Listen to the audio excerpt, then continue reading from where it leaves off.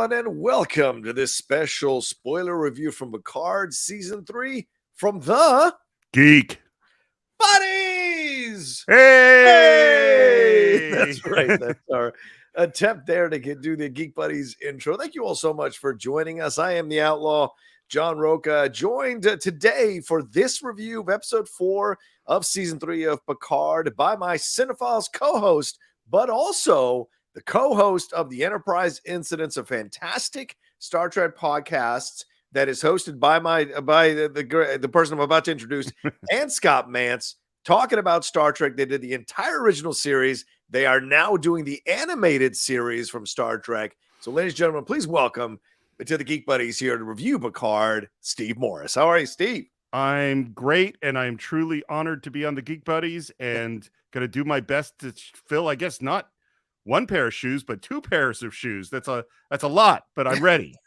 It's exactly. Well, one of those pairs of shoes is in New Zealand, which is why he's not here recording this review. So we are going to do our best to soldier on and talk about this particular episode of Picard, and a lot to dive into for sure, called No Win Scenario. Steve, you and I, as I just said, you covered the original series. We have reviewed and broken down Star Trek II: The Wrath of Khan on the CINE-FILES with Scott Mantz, and the no-win scenario is certainly the Kobayashi Maru.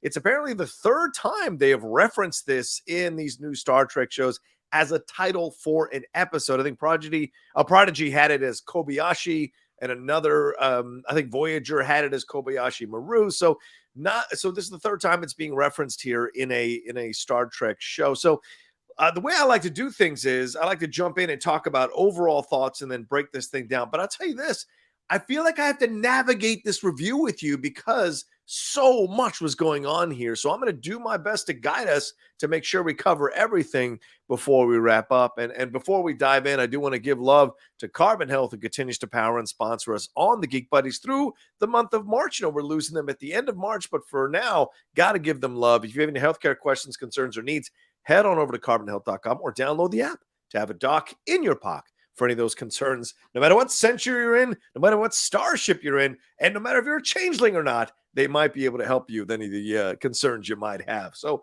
Steve, no-win scenario, directed again by Jonathan Frakes, who did the last episode as well. Give us your overall thoughts on this episode. It's great. That's my overall thoughts. I mean, maybe you wanted me to go on a little bit longer than that, but I got to say, I think Picard Season 3 is the best Star Trek. It's the best Star Trek of all the new shows, I think, including Strange New Worlds, which I really, really like. Yeah. And I really do like Strange New Worlds. There are all sorts of great things on Discovery. I think Lower Decks is a great show. I haven't watched Prodigy, so I can't speak to that. But here's the thing. What I didn't expect, and particularly with this episode, was how they could continue to explore great Star Trek ideas, explore the past with these people, and honestly fucking move me multiple times.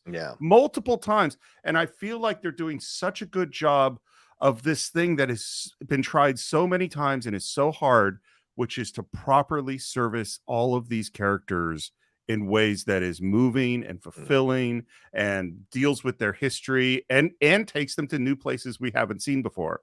I really think they're killing it. I really do. Yeah, I agree with you. I mean, this feels like this episode feels like a 4-part episode of Star Trek Next Generation. Some of the best episodes of Star Trek Next Generation wrapped up into one 4-episode arc, which has been fantastic to witness and experience here. You know, as I said before on these review shows, a lot of people that I respect and admire in the Star Trek community who got these episodes early couldn't stop crowing about how great they are, building up the hype, because season 2 kind of wasn't 100% there. Season 1, people liked, I liked for the most part, but season 3 was something that was getting all this hype, and I was like, really? Are they really going to get there? And sure enough, you know, after 4 episodes, I feel 100% like they were absolutely right.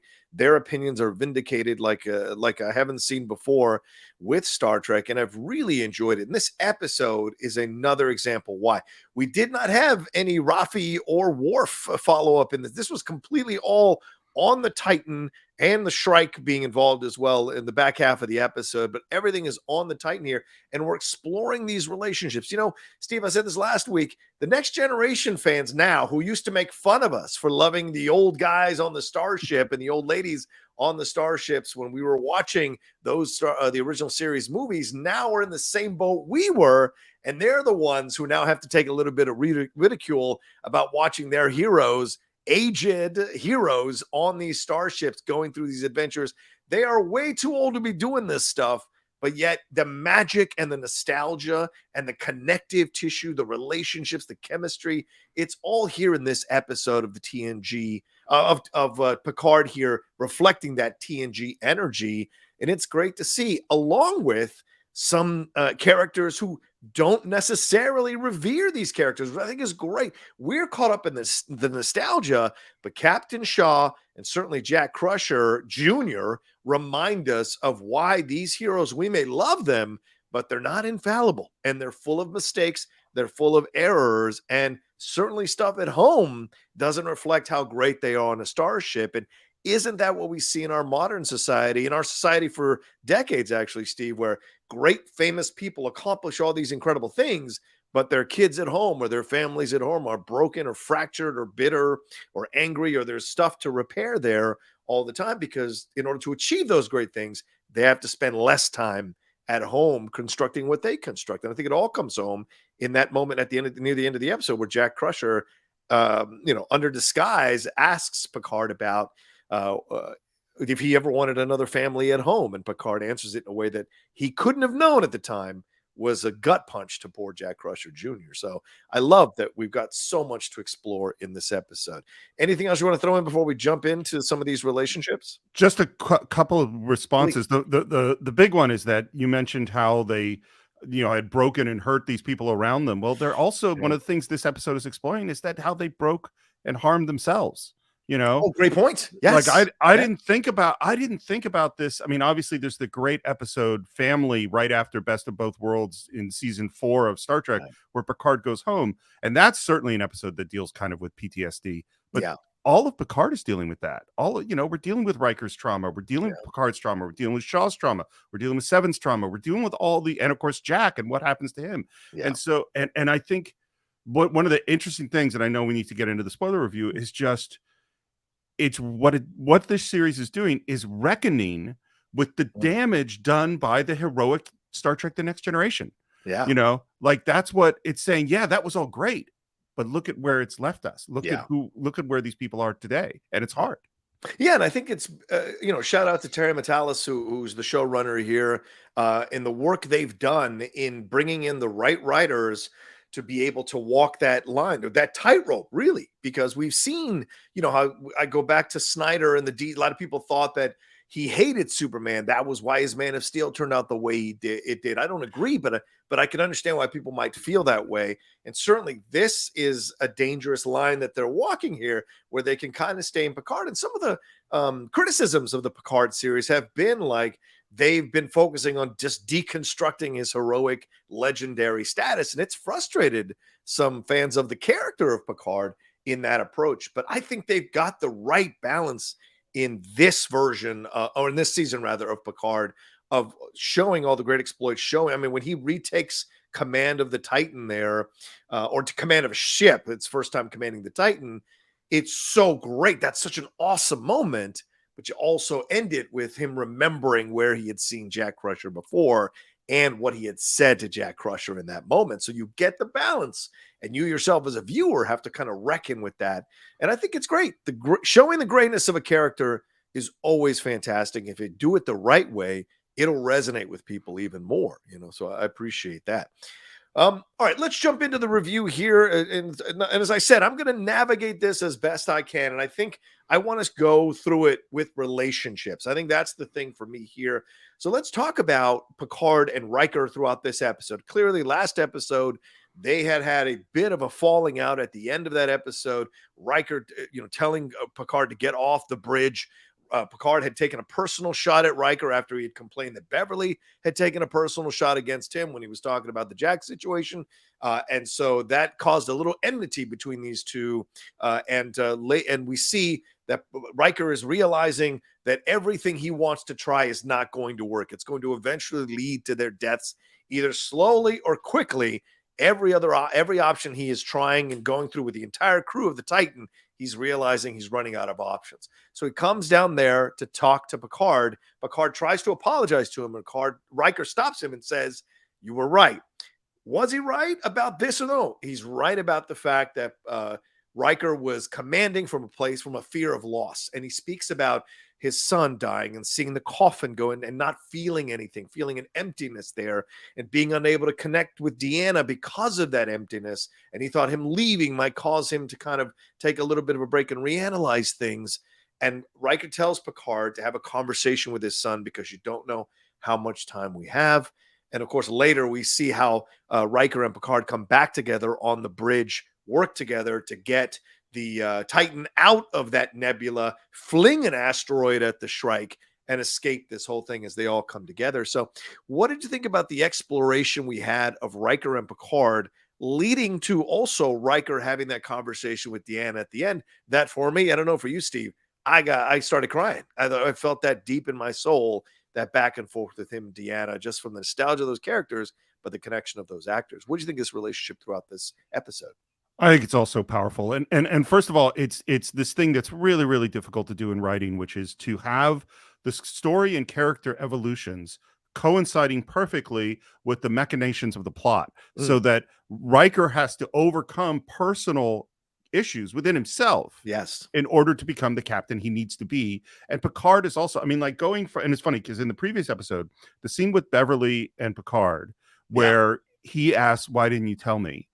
It really shows why Patrick Stewart is such an incredible actor when you give him stuff to do. Yeah.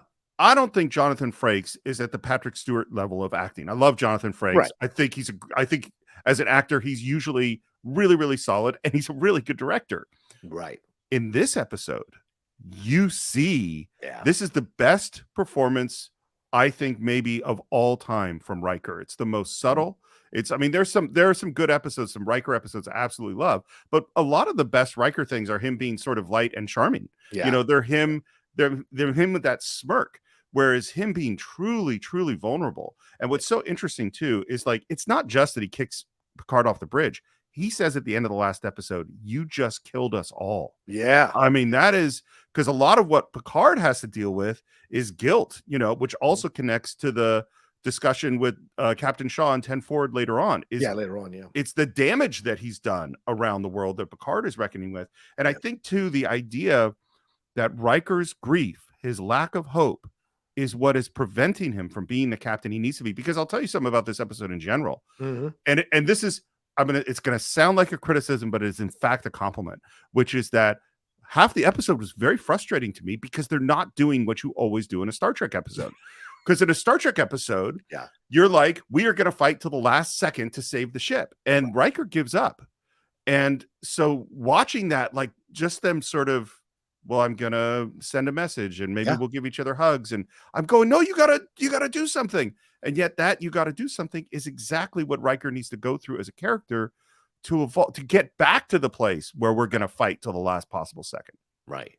That's the truth. You have to. That's the thing sometimes people forget, which I think you very astutely point out, Steve, is these characters, if you're going to bring them back, you've got to give them something interesting to do, something interesting to navigate. And look, we all go through stages in life. And I think this is the thing that, we kind of, I don't want to invoke the other franchise, but we'd seen people get upset about the way Luke Skywalker was brought back in The Last Jedi. And look, I know some people are never going to get over that. But there was an approach here that that Rian Johnson wanted to go with is all these years later, when you've all had all that time by yourself, there can be a bitterness, there can be a feeling of like, I don't want to deal with this anymore. I want to just be peaceful, the drama, all of that. We as fans are watching going, come on, get in the fight. But as a character, when you analyze the character, you can't help but fall back and understand, especially as I'm getting older, you're getting older, that feeling of wanting to re-engage and reconnect with the drama to once again do something. It can be so exhausting because it takes so much effort, emotional effort and physical effort to do so. And I love what you said about Frakes. Absolutely, this is one of the greatest performances, if not the greatest performance he's ever delivered as Riker. Him just kind of, I don't know. I don't know what the word is, but just moving over to the window almost laboriously, I guess is the word I would use, because of the weight of everything that is on him and the feeling of guilt about the Titan dying that is going to die, the feeling of guilt that he has about how he couldn't connect with Deanna, the feeling of guilt that he's got about the feelings he had about his son dying and the blackness and all of that. As you become an older person, that stuff can really consume you. That stuff can really start to affect you. So seeing it affect Riker the way it does, it makes you hesitate. Picard himself dealing with the fact that he has a son for the first time ever on board. He's still navigating all of that while all this shit is going on. I know there's a lot of Star Trek 2 references, but I think of Shatner when he says that in Star Trek 2 Wrath of Khan. You show me an old enemy that's coming to kill me and the son that wants to help him do so. Those kinds of things, the weight of all of that. And Picard is much, much older than Kirk was in Wrath of Khan. So it's even harder to get that thing. So I love that we had this feeling like they were in molasses before they finally started moving and then came together and kicked a bunch of ass at the end of this episode for sure. So that was great to see. Is there any more you want to add? Yeah, well, I'll say one quick thing about it is that, and again, I don't want to comment on these other series either, but I'll just say, for me, I don't have a problem with Superman killing Zod, and I don't have a problem with Luke Skywalker having changed in Last Jedi. Right. It's all about execution. And in both of those, the execution doesn't work for me in the way that it does work for me here, because when you see it and you see what's happening to these characters, it makes sense. It works and it moves me. That's the difference for me. Yeah, clearly. And both of us, I imagine, were moved by the end of that speech with Riker. I mean, I was getting shades of Bruce Willis in Die Hard trying to deliver the speech initially, and then he stopped halfway through, or he stopped a sentence into it. And then when he came back to it, it was more honest. It was more real. And I'm glad that they brought Marina Sirtis in to have that back and forth with him. And I wonder if we're going to see her in person at some point. I hope we do. Yeah. Can I say one more thing that just occurred to me, which is that the moment, because I think it is the culmination for Riker of tossing an asteroid at the other ship. And she says, "Did you toss an asteroid?" He says, "You goddamn right I did." So that moment is earned by all the lethargy throughout the episode. If you had just had that moment with Riker just being his normal Riker self, it'd be cool. Yeah. But that's not what does it. What you do is you put the character through this thing so he has to come back to that moment. Yeah. And that's why it makes it emotionally resonant. I'm putting it out into the universe. I would love a 1-hour sit down with Jonathan Frakes, just me and him shooting the shit about anything. It would be awesome. And then eventually talk about Star Trek, because I just love the energy of this person. And I had forgotten how much I enjoyed having this person in my life to watch weekly or to watch on his other shows. So great to see him get a spotlight here in this episode.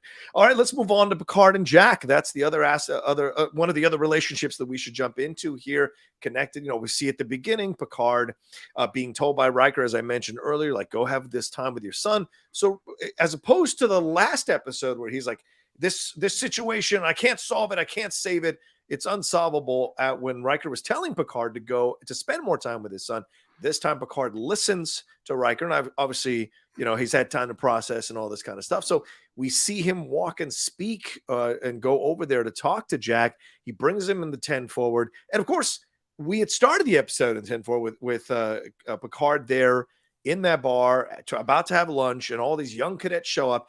And from the timing of this 5 years ago, this is just before, a couple of years before season 1 of Picard. So you see the outfits kind of matching what we saw some of the cadets wearing in season 1 of Picard. So nice kind of reference there to keep within the timeline of what they've created. But you see him holding court as a grand gesture, and there's nothing Jean-Luc loves more than having his ego stroked. And so seeing them all talk about him and asking him questions, and he's going on. And we find out as the show progresses here in this episode, him and Jack have been talking and sitting at that bar as well and talking about the past. And Jack doesn't seem all that excited about it. He makes kind of a joke about the hair to kind of alleviate things or loosen the tension a little bit. But then Picard falls back on this story, and Jack gives him a smirk as if he's heard the story before. Picard even notices it and says, "Wait, has your mother told you the story?" And Jack doesn't reveal where he heard the story, right? And so Picard wants to know, when did you decide, because Jack doesn't know where to start telling about his life. When did you decide not wanting to connect with me? What is it that made? So it's kind of left hanging in the air. And then we have the cadets come in, and Picard has the back and forth with Shaw, which we'll get to a little bit. And then Jack later, we see Jack helping with the whole situation. Picard and Jack working together to get out of the asteroid belt. Jack navigating the asteroid belt for Picard, kind of like his father did, mirroring what happened in that story in a much larger scale versus a two-man shuttle and this ship. And then by the end, Picard realizes where he had seen Jack before. So what did you think about how they handled and furthered the Picard-Jack relationship here in this episode? So this is advanced screenwriting.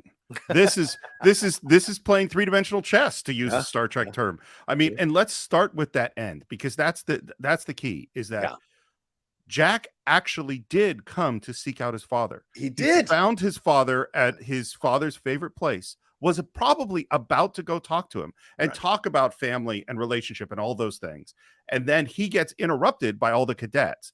And it makes perfect sense. The way Patrick Stewart plays it is great. Is like, no, I'm going to have my lunch. No, I don't want to brag. No. But then he gets wrapped up in the thing, and it's in character. It makes perfect sense. Me? I mean, he gave them what they wanted. That's what and he got to be the great man and all that stuff. And they applauded. And then Jack asks him about family, and he says, Starfleet is my family, which for the cadets, for the show that he's putting on, that was exactly the right thing to say. And he didn't know this was his son. So now we go into the future, where suddenly Dad brings you into the same place where you sought him out, where you have trauma, essentially. And now Dad wants to talk about exactly the thing he said didn't matter to him when you asked him the fucking question 5 years earlier. And what I love about it too, and just to make this personal just for a moment, my dad and I were not buddies. We weren't close. We didn't have that kind of relationship. And that one of the things that really frustrated me as I became a grown-up was there were certain topics we could talk about: Cal football, the stock market, couple other things. And when I would talk to him on the phone, I would go, I'm not going to retreat to Cal football. I'm not going to bring up Cal football. I'm not going to do it. I want to have another conversation with my dad. And then we would stumble for so long, and there wouldn't be anything there. And I'd go, oh, did you hear about the quarterback they're recruiting or something? And then we would talk. Jack asking him to tell the fucking story that he's already heard. Is literally going, I am shutting the door. I know this is all you care about. I'm shutting the door on this family bullshit that you're trying to bring up, and I'm going to give you what I know you like to talk about. That is a lot of stuff that they bring together, and they bring together in the opposite order, where we only find about the Jack part of it at the end. I think it's fascinating too, Steve, because it's a Picard trait. It's a Picard trait that when he's not ready to talk about or deal with emotional stuff, the walls go up. He pushes away. So by having Picard talk about the story again, I love how the construction of the episode has him drift off as the song plays and stuff. You don't even hear the story. I love that that's going on there in that moment, because Jack's heard it, right? So he wants to make him comfortable. So the more he talks about shit that Jack already knows about, the less they're going to talk about the hard moment in the actual bar that happened 5 years ago. Jack's not ready to confront that stuff. He even tells Picard later on in the episode, I don't need this. I'm cool. Like, we don't need to talk about it. And Picard's the one that says, no, but I need it. I want to talk about it. I want to get into it, and it's a fun story. Him and and Jack's dad, hooking up with a couple of girls and getting in trouble, stealing the car from your dad, getting in trouble and all of that.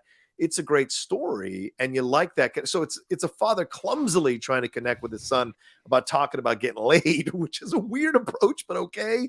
But that speaks to how clumsy Picard would be with family members, I think, in trying to connect in that way. So, and it's all about how cool Picard and Crusher were, and so these kinds of things. It even says, like, I would have named you Jack as well. So that's kind of an interesting thing between them as well. So, yeah.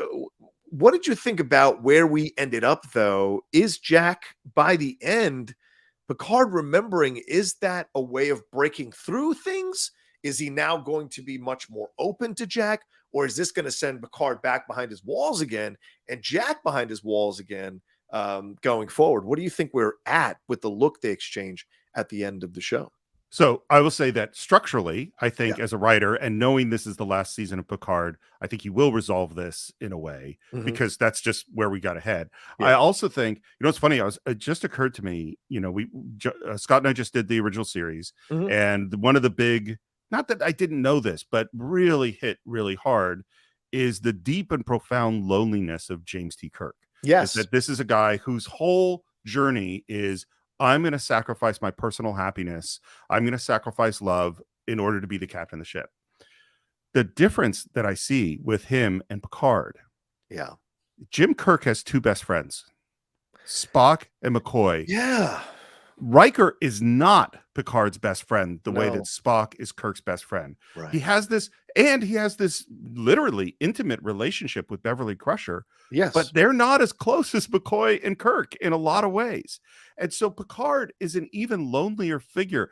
Kirk has that great friendliness. Kirk can form relationships. Yes. Picard has a distance to him. And when he gets into situations, as you said perfectly, when he gets vulnerable, he pulls back. And so, and there's even, there's even with Laris. Even with Laris in the first two seasons, he has not. I mean, she's disappeared after episode 1. He's not even like reaching out to her or recording a message for her.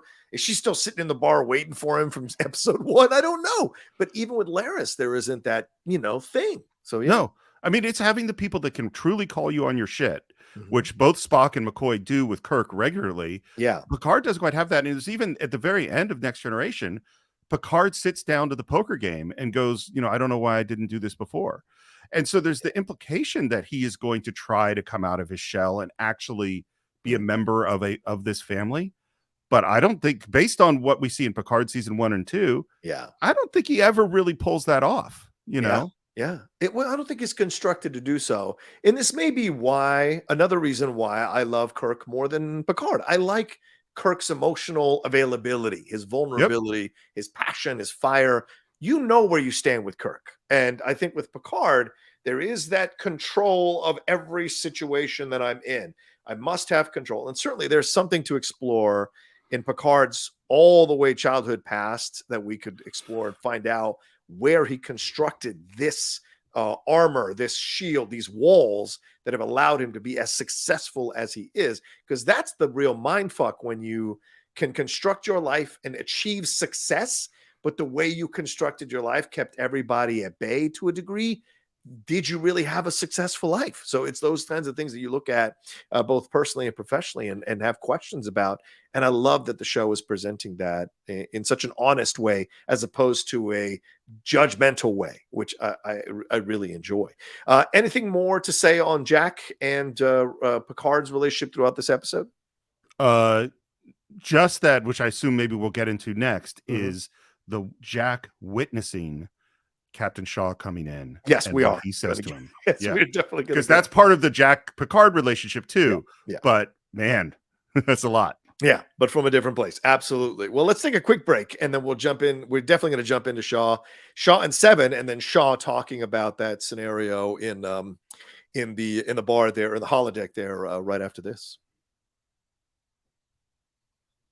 All right, Steve, let's jump back onto the Titan here and talk about Captain Shaw, who has, Todd Stashwick has been doing a phenomenal job this season. For those of you who don't watch 12 Monkeys, he's been fantastic on that show. Obviously, great voiceover wise and all the stuff that he's got going on there in his life and his career. An incredible dude, a guy I've got a chance to interview a couple times and just always enjoy being around that man's energy. He has a man's energy.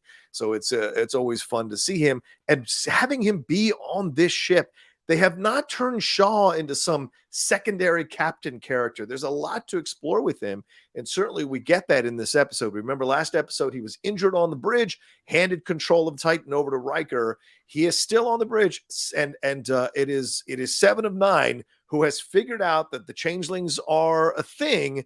It is 7 of 9 who starts to have this working relationship with Shaw, considering how Shaw was such a dick in the first episode and insists on calling her Commander Hansen instead of 7 of 9 or Commander 7 of 9 or Commander 7 even for short, like LaForge does. He is kind of in this space in his place, recovering from this injury and what have you. And him and 7 of 9 go on a mini quest here to figure out who the changeling might be. He's the one that helps her, but she turns to him as a captain would. And I love that we're seeing these captain instincts from 7 of 9 here on the sidelines. I love seeing that. And she's the one that goes like, whatever my issues are with Shaw, he's the guy I need to talk to because he knows everybody on the ship. They work out how to figure out where the changeling is staying, which is in a pot. And we see the picture of Odo on the screen that he hands to 7 of 9, which is great. Then they work together to get those nacelles open. She's the one that figures out LaForge is a changeling there when LaForge comes down to supposedly help them. But then we also see Shaw open up about why he has an issue with Picard, and indirectly why, or maybe directly, depending on how you perceive it, why he has an issue with Commander Hansen or Commander 7. And it leads to him having this breakdown in front of his own crew, which is a little embarrassing. So a fascinating change for Shaw has been developing over the last 2 episodes. How did you think about how this relationship with him and 7 of 9 and him revealing his anger towards Picard being connected to the Borg situation, Locutus of Borg? What'd you think of all that? I think it's great. And I think it's the best. Like, it connects obviously to the pilot of Deep Space Nine with Emissary, because that's what Sisko is struggling with his anger over that battle. It also, I think what's so great about it is that we advance these characters without violating these characters. And my favorite moment of this is as he's talking to 7 and he's giving her all this praise and telling her that she was wrong. And then she figures out and goes, he says, and that is what I would say if I was a changeling. And she says, instead of just being a dick. And he goes, exactly. Like, that is a great moment of like, I'm not apologizing. Yeah. I'm within character, and she's not taking it as that. She's going, oh, this is what it is. And then that speech, I mean, to be in the middle of the Jack Picard scene, and with all of that emotion, and then to bring in the low, imagine, whatever you think your low point is, and that you're having a deeply emotional, problematic conversation as you have hours left to live, and then somebody comes in from your most traumatic moment and brings that shit up. The heaviness of that whole thing, and what's so great about Shaw as a character, I think, and it's so funny because I think, one of the big problems in the first 2 seasons of Next Gen is Roddenberry's decision that everything is perfect. The Federation has figured everything out. We don't have drug problems. We don't have emotional problems. We deal with everything perfectly. And that's part of why those first 2 seasons are so bad. Shaw is everyone else is the issue, not us. Yeah, right? We figured it all out. Yeah. Shaw is the opposite. Shaw, he's a fucked up guy. Yeah. He's dealing with his own trauma, and that fucked upness causes him to make behavioral choices that might rub us the wrong way. But they're absolutely, totally believable and make perfect sense. Is that the story of him and how moved he is and how vulnerable he is, talking about how this lieutenant saved his life. And who else had to die to do it? And that's all through Star Trek. All through Star Trek has events where we don't maybe deal with the trauma, but that trauma's got to be there. You know, these red guys died, the red shirt guys. Exactly. I loved it. I mean, 100% really, like as I said, I'm really enjoying what Todd Sashwick is bringing to the role. And I like how they're fleshing him out slowly, episode by episode. There isn't just like, he's a dick. That's it. There's more to it than that, and understanding why. And this was a cousin to the USS Indianapolis speech in Jaws. Him talking about what happened to him and how 50 of, he was just an engineer. He was a nobody on the USS Constance, and he was there when all this shit went down. And as soon as Picard hears the name of that ship, he immediately knows where Shaw is going. He doesn't stop him. He lets Shaw talk about it, which is in a way Picard's penance that he has to do every time anyone mentioned this, and his own trauma, as you mentioned, trauma throughout this episode, his own trauma of being Locutus of Borg, which we know came through in First Contact. We see how that still resonates with him. That is such a turning point for him, Locutus of Borg. So he let Shaw go on, and Shaw describes, 50 of us were down there to get to the life pod. There's only 10 spots. And then we waited for orders. We didn't fight amongst each other. These were all my jack crushers. All my jack crushers. And I couldn't get on the ship. None of us got on the ship, and we didn't fight. We waited for it as the lieutenant came down and just randomly picked, and I was the last one picked. Why? Survivor's guilt. Why did I get to survive? Saving Private Ryan. Did I have a good life? There's all of that that comes into this, which I think is so great. And so you understand why Shaw was such a prick to Picard in the first episode. You understand why, by extension, he has issues with 7 of 9. But I think it's also fascinating that he has not stopped her moving up. He picked her as his number 1. Why?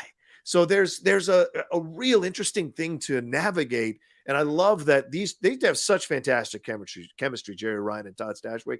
So I want to see more about why he chose her as his number 1. What is he working out here? Is he trying to come to terms with his issues with the Borg by selecting her? Was he able, or does he want to keep an eye on her to see what the situation is? Is in some strange way, does he have a fascination and awe and a respect for what the Borg were able to do? So there's a piece of an element of that involved in it. There's so many ways this can go that I think is very great to have as a subplot with everything else that's going on as the main plots in this season. And I also think this is very interesting, Steve. I came away from this episode concretely believing that Shaw was right. Yeah, was he a dick in the first episode? Absolutely. But I'm in that camp that Shaw was right. These guys commandeered a shuttle under false pretenses. They engaged in this stuff, even though Shaw told them not to. They showed up here. They convinced 7 of 9 to help them, and they put 500 lives at risk for their own personal needs. And so I think there's a valid complaint that Shaw has had. And after this 4 episodes, although they got out of it for now, whatever loss of life has happened, whatever's gone down here, Shaw was right to try to stop them doing this kind of stuff. And we see the result of that.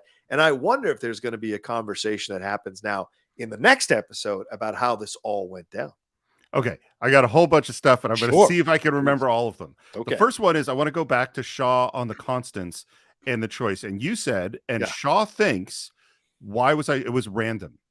I don't think it was random. He says, why me? He says, why that's me? what he thinks. That's what I'm saying. The Shaw thing. Yeah. That's what Shaw thinks. Mm-hmm. I think this lieutenant looked at who are the best people, who are my best crew members who have the most potential, and that's who she picked. I think Shaw was picked for a reason. That's a big leap you're making. Well, I don't know the answer. I mean, obviously, there's no way to know, Yeah. But that's what I think. The second thing is, I think, like Riker, Shaw has the potential to be a great Starfleet captain, but he has to work through his own trauma to get to where he needs to be. And that's part of what's happening in his episode. I think he's deeply conflicted. I mean, to have Picard and Locutus be the same person, the hero and the villain of his, I mean, that's a lot that Shaw has to reckon with in order to figure out who he's supposed to be. The third thing I wanted to say is that how many times in Star Trek are we down to the last possible second that the warp drive's got to function or the whatever, or we got to blow up the Genesis device and get away in time? And in all of these, and that's why I think it's great, by the way, this is called the Kobayashi Maru, because what those all are. It's called the no-win scenario. Oh, called the no-win. Thank you. Sorry. Called the no-win scenario. Because all of those are dice rolls where Captain Kirk, if he had been a second later, the Enterprise blows up. If Picard just fails to do this, everybody dies. Over and over again, you roll the dice, you roll the dice, you roll the dice. In Star Trek, we always win. And this is an episode about we rolled the dice and we lost. And we are living in that moment of it didn't work, which eventually it's got to not work. And this goes to your point, of was Shaw right? It's like, we've talked about it many times. But one of my favorite moments in Lawrence of Arabia is where Lawrence says to Allenby, well, isn't an officer in the field supposed to use their initiative at all times? And Allenby says, not really, Lawrence. It's very dangerous. And Lawrence agrees, that Captain Kirk breaking the regulations always works. Always. Except you don't actually want everyone in the Army to just go off and do whatever. There's a reason we have these regulations, because lots of times when you break them, it doesn't work. And that's this. I totally they caused the Titan to almost be destroyed. The Titan is okay if they don't do this. And what is Shaw experiencing as once again Picard is involved with his possible death on a starship? Like, what is he navigating while that's happening as well? So this idea has to be kind of permeating through him. But when Seven and Picard show up to talk to him, to ask him to help, I think it's fantastic. He's like, I know I'm the last person you want to see, but we need you. And he's like, oh, you need a grease monkey. He immediately, he doesn't stand on ceremony. He doesn't get cocky about being the captain. He's like, I get it. We got to save the ship. So I would argue he calls him a dipshit from Chicago. Yeah, that's right. I mean, he says, because that's what he calls himself. I know, but that's great. Yeah, it's a great way of breaking the ice between them. I agree with you, and I would argue that he's already a great Starfleet captain. It's achieving legendary status is where he has to confront his trauma. So, because I like him as a captain of this ship, and we'll see if I think by the end of this, which will be really interesting, because I'll tell you this right now, if he survives this season. And all those crew members, so I've really enjoyed all the actors who are playing the crew members. I'd be quite happy to have a USS Titan series, or Titan, just call it Titan, Star Trek Titan. I'm 100% on board for a season with Shaw and Seven of Nine and all those crew members going on adventures. I'm down. But by the way, one super quick thing with Seven and Ensign LaForge is this is great writing. The previous episode, we have the moment where she says, I'm going to call you Seven out of a sign of respect. And that's emotionally, that's just great. That's great. Right. But then we use that as a plot point in this episode. That's where the writing gets awesome. You're 100% right. And it's because she's coming to comfort Seven over what's happened to her with Shaw kicking her off the bridge and essentially decommissioning her. And so to have that connected and be something that pops up here with the Changeling situation, I thought was great. Yeah, we should hit that, because that's a side thing. What did you think about how they handled the Changeling stuff here, with the way the pot was used, Odo was seen, and then her fighting that a Changeling initially, and then the Changeling escaping into the walls and eventually becoming LaForge, and she kills the Changeling. What did you think of all of that? It's the difference between good fan service and bad fan service. Is that there's lots of times where you throw a little, like having Dalmok and having some of these other references to other episodes. Those are totally fine, and they're fun. And that's what most fan service is. What this is when you, and particularly in the way that they portray the Changelings, is that when you realize that, oh, we're dealing with Changelings, you go, oh, fuck. Yeah. Like, it's scary. And because, of course, technology has advanced a lot since Deep Space Nine, the way they're able to portray them is like, oh no, what the hell is going on? And to be real clear, Amanda Plummer's hand is a Changeling? Well, we'll get to that. What the hell's going on there? Okay. But no, I love it. I think they handled it great. But yeah, so really good. So let's talk about the overall actions. Let's talk about the overall logic of how they got out of this whole situation. As I said at the beginning, Riker is going through all the options, and all the crew members on the bridge of the Titan are telling him all those options can lead to us dying. It's not gonna. There's no way to solve this thing. But then Beverly, who has been just randomly counting down and predicting these energy waves that have been coming through from this middle of the nebula, or whatever it is that was described last episode, she's figured out that there's energy that is regenerating and it's getting quicker, and they might be able to ride these waves out if they make these changes. Riker is initially hesitant. He doesn't want to get involved. He doesn't think it's going to work. He doesn't want to risk a lot, all this kind of stuff. And once again, he's ruling by caution and safety. And Picard is the one that finally has to call him out. And so Riker eventually agrees, and they start to make this plan. And then all of them come together, old school TNG on the bridge, coming together, working together with Jack Crusher, with the crew members of the Titan, LaForge at the helm. All those things happen, or at the, driving the ship.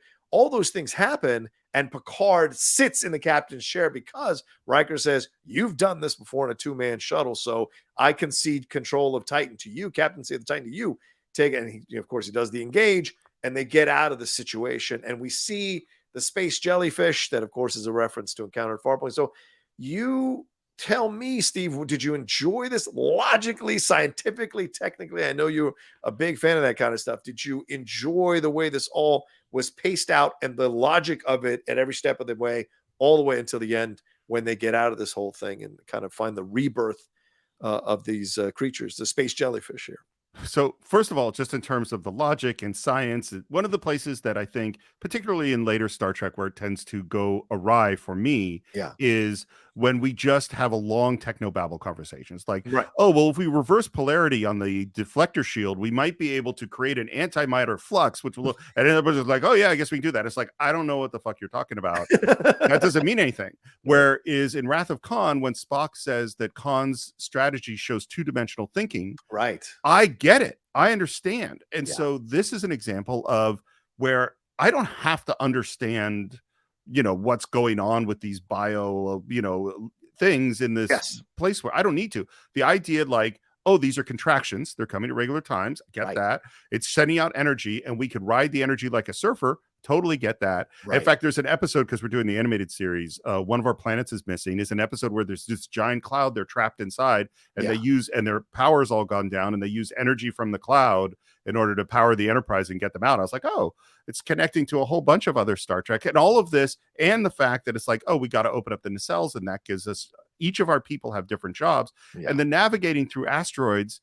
This is, you know, all sorts of Star Trek that's very satisfying to feel. There's even an episode, and I can't remember which one it is offhand. I think it might be Booby Trap or something, where Picard actually takes the helm to navigate them through like an asteroid field. I think it probably is Booby Trap. And the other thing is that the idea of this countdown of this last moment, and that I totally lost my train of thought. It's just something so Star Trek about the way that we're heading toward. Oh, I know what it was. This is that so many times in Star Trek, it goes all the way back to the Galileo 7 with Spock jettisoning the fuel and igniting it. Oh, yeah. We choose a desperate chance of survival over a slow death. Right. And that is the choice that Riker is facing. And I'm frustrated because I'm like, Riker, of course you have to try this. We're going to die in 4 hours. We're talking about a couple hours, man. Exactly. But like, that is classic Star Trek of like, Kirk pushes it to the limit. Picard pushes it to the limit. That's what they do. And that's how we're going to survive. So I think it really works well. Yeah, I think so too. It was the right amount of tension that was pulsating throughout, that I really enjoyed, and the way they all came up with this. And I kept wondering, why are we going back to Beverly? How is she predicting these waves? Blah, blah, blah, all this stuff. And then you realize, oh yeah, she's figuring this out. And as a mom who has had babies, she understands what a contraction is. So she understands what this and a doctor means. And a doctor, right? Of course. Yes, 100%. And so she understands what this all means. And so it's like, it made sense that she's the one that initiates this conversation. And I love that Riker, who is still processing, as you said, Steve, this trauma, is hesitant, and it's Picard who has to remind him, hey, like last episode, we didn't take action. Let's take action. Let's do this together. LaForge's there, everybody getting on board and being a part of this. It's really great to see, including Shaw, who in essence is kind of like Bones working with Spock to mess with the missile there to come after Chang in Star Trek 6. So we see that reflected in that moment as well. There's also just the look, if we're going to die, let's die being who we are. Yeah, which is a great moment. Yeah. What a great rallying cry. And I think Riker delivers a fantastic captain speech there. Totally. Talking to everybody, which is great. And so let's move on to Vadic real quick. So yes, she cuts her head off, as Steve mentioned. It becomes a changeling and a skull that is telling her what to do. So she's clearly a changeling. So she's involved in this, and the head changeling, or whatever you want to say, who's in charge of this plot, which I think is the main villain, says, you got to sacrifice yourself. You pursue. Nothing is more important than getting Jack Crusher. You are not important. Your crew is not important. The ship's not important. Nobody's important except for getting this. So she engages in it, and for her troubles, she gets an asteroid thrown at her, and the Shrike is incapacitated for an hour while warp drive is going to return to the Titan, and they're going to take the hell off out of that place. So she's not dead, which I was afraid they were going to do, but her spinning around in the chair, so reminiscent of her dad in Star Trek 6, spinning around in the chair, and her quoting the things that she's quoting. So what did you think about that whole scenario here of her cutting the hand of Changeling? Who might be involved? I think it's lore, but who do you think is involved, maybe behind this whole thing? And what did you think of how discovering that she was a changeling? So first of all, I think she is emerging as one of the great Star Trek villains just from these 4 episodes. I think she's so good. It's so funny, like you think of her as a young actor and the parts that she was given, and you go like, we said this a lot of times with actors of like, oh, you needed to grow into your character actorness, and man, obviously she has, because she's killing it. Yeah. interesting thing about the Changelings for me is that the Changelings, in a weird way, are like the Borg, because with the Great Link, they're all the question of whether or not they are differentiated individuals or non-differentiated individuals is really complicated. And it's not what the Borg is, but it's a different version. And with the Odo character of wanting to hold on to his individuality at the end of Deep Space Nine, he joins into the Great Link. And so what that part plays in this, obviously we know that Lore is something in this show, and you know, so we're headed, so he's got to be connected in some way. I really go, because at the end of Deep Space Nine in the Dominion War, it's sort of, we're all cool with the Changelings, you know, like we figured out how to make peace and stuff like that, and now it's like, okay, something has happened, and what is the power that they have over her to make her essentially go on this suicide mission? If they can stick the landing on this, it's going to be really impressive. That's so you think it's still Vadic, but a piece of her is a changeling, whereas I think she's a full changeling. They've killed Vadic like they killed the transport person. But then why is she arguing? That's the question, right? Why is she arguing? And this is, I have because that's a terrorist sect that's separated out from the changelings. That's what they claimed in the last episode. I missed that piece. Okay. Worf and Raffi were claiming that this might be a terrorist sect of the Changeling, because the Changelings had come to terms with the peace agreement after the Dominion Wars. And the thing is, the Federation can't even recognize this terrorist sect because it might reignite the Dominion That's Wars. right. You're right. Okay. That makes much more that and maybe that ties in the Lore thing as well, that he's what made that happen, you know? Right. Yeah, right. Exactly. Because I think Lore wants to get Jack Crusher because he wants to absolutely destroy Picard emotionally, and for all the reasons that we've seen in Next Generation, but also because of those things with his brother. So it's like, how is he going? You mentioned how Picard doesn't have close relationships. I would argue Data is maybe the closest relationship he's ever had, even though that's an android. And the fact that he's got the synth skin or whatever's gone on with his body from the first episode or first season. So all this stuff is kind of tied into Lore in some way, shape, or form. And of course, where the labs that they stole the weapon from is the labs that Lore's creator was a part of. So there's a lot that's involved here that I think in the end is going to lead us to Lore. But why is he doing this? Is it just to torture Picard or destroy Picard? Is this vengeance that deep? Or is there something stronger that he wants to completely destroy the Federation because Picard was an extension of that? So I have a lot of questions when we go to this. I have a crazy thought that's just gone through my mind. Give it. Which is, okay, we have Jack Crusher, who has a brother, Wesley, who has gone and absent and disappeared. Yes, he has. We have the Rikers, where the brother has died, and there's another sibling who's sitting there, the daughter. We have Picard, who had a very tumultuous relationship with his brother. Right. And we have Lore, whose brother is Data. Yeah. Is gone. So we have all of these absent brothers. That's just occurring to me. And now I would say there's a 90% chance that this weird thing I just said has nothing to do with what's going to go on. But it just struck me as like, well, what is Lore's motivation? What does he want at this point, particularly with no Data anymore, you know? Right. And how is Moriarty going to figure into all of this? I'm very curious to see as well. Let's wrap up by hitting that last moment here with Jack. He is looking in the mirror and he sees those whatever tendrils, things or whatever on the wall. We hear a voices, disembodied voices calling to him to save them. We see a red door open. Jack smashes his head, and I thought I saw a little flash of something. And I wonder if he's involved with the Changelings in some way. What is Jack Crusher? What is this connective tissue? What is involved here? So what did you take away from those last few moments with Jack Crusher on the show? I wish I had a good thought. I really don't. There's clearly there's some, because I don't think it's just, I want to get Jack Crusher to get revenge on Picard.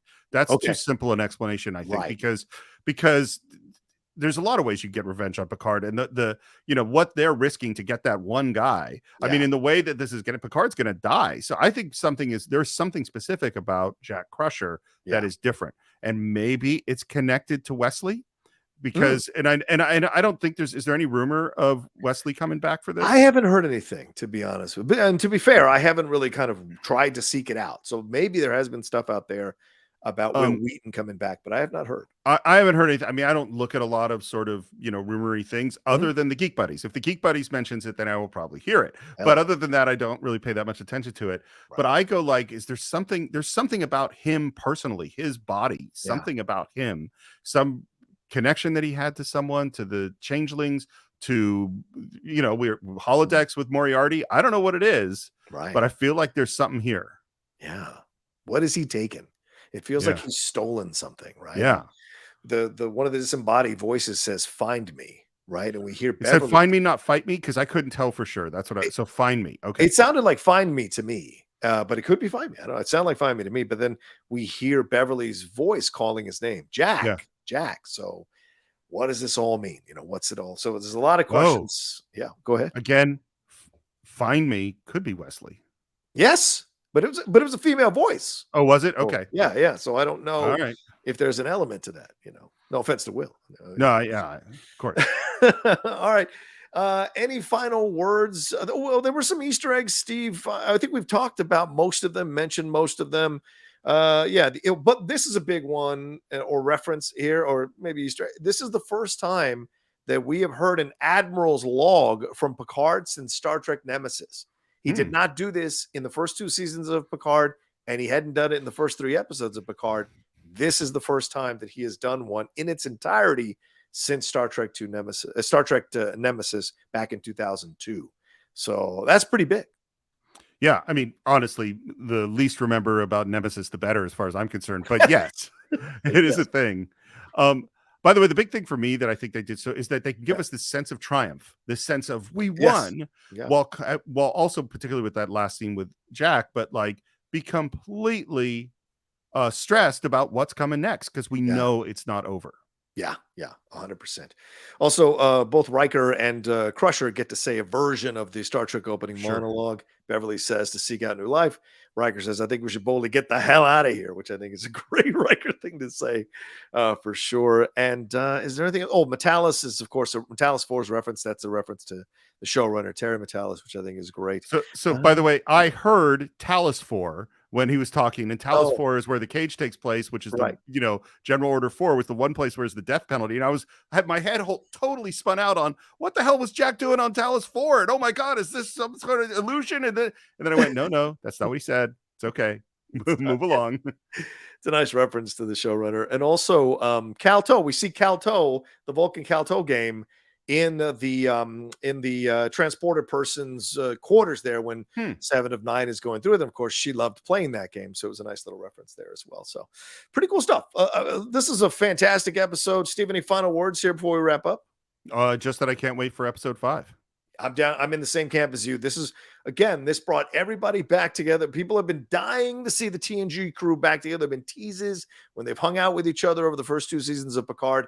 Now on the bridge, at least some elements or some members rather of the original crew being on the bridge and getting out of a situation to survive a no-win scenario, dare I say, was so great to see. So another fantastic episode of Picard season 3. 4-episode arc. Seems like we stop now. We move on to the next, kind of like with Andor, 3 episodes at a time. It feels like this was a big a story to tell here, encompassed in 4 episodes. Now we move on to the next stage of the story, and it'll be fascinating to see how many episodes kind of they take for that, and then maybe some other kind of episodes. And of course, Star Trek is known for doing those trilogies within those, like 2, 3, and 4 within the overall point of doing these movies and doing these shows. So great to see for sure.